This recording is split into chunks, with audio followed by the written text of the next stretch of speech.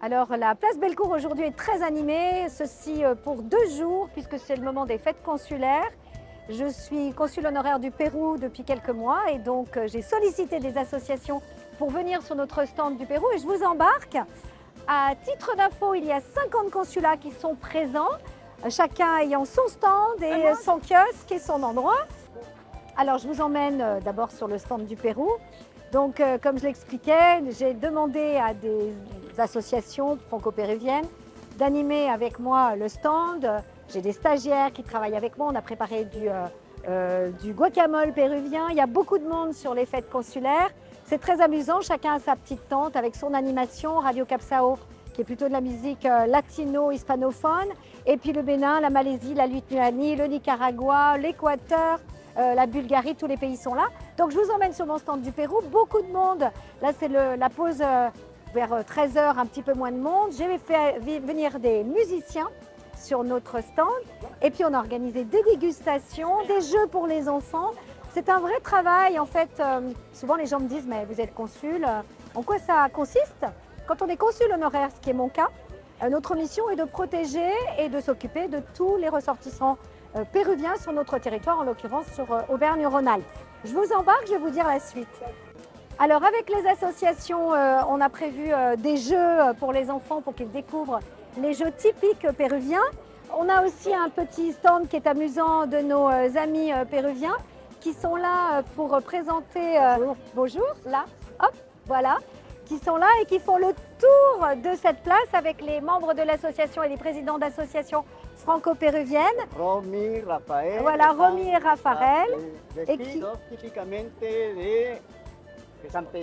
Voilà, ils sont habillés avec la tenue typique de Cusco, des agriculteurs et des gens de la campagne de Cusco.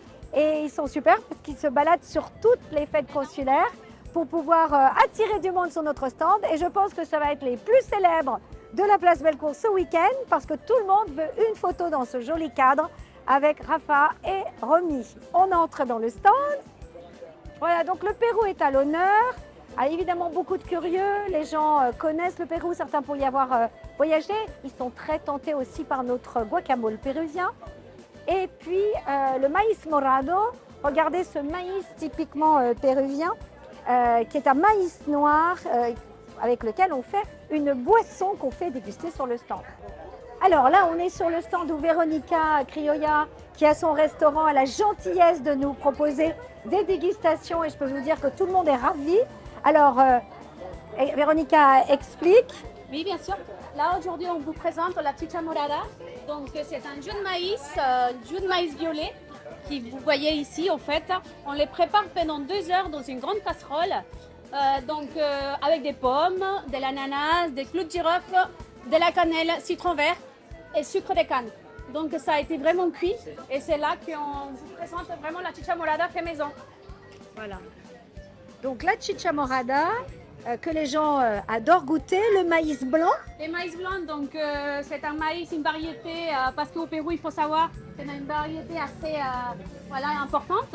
Et là, c'est un choclo maïs à la vapeur également, donc qui est très différent à celui en France, qu'on les mange souvent dans les ceviches ou comme on appelle ici.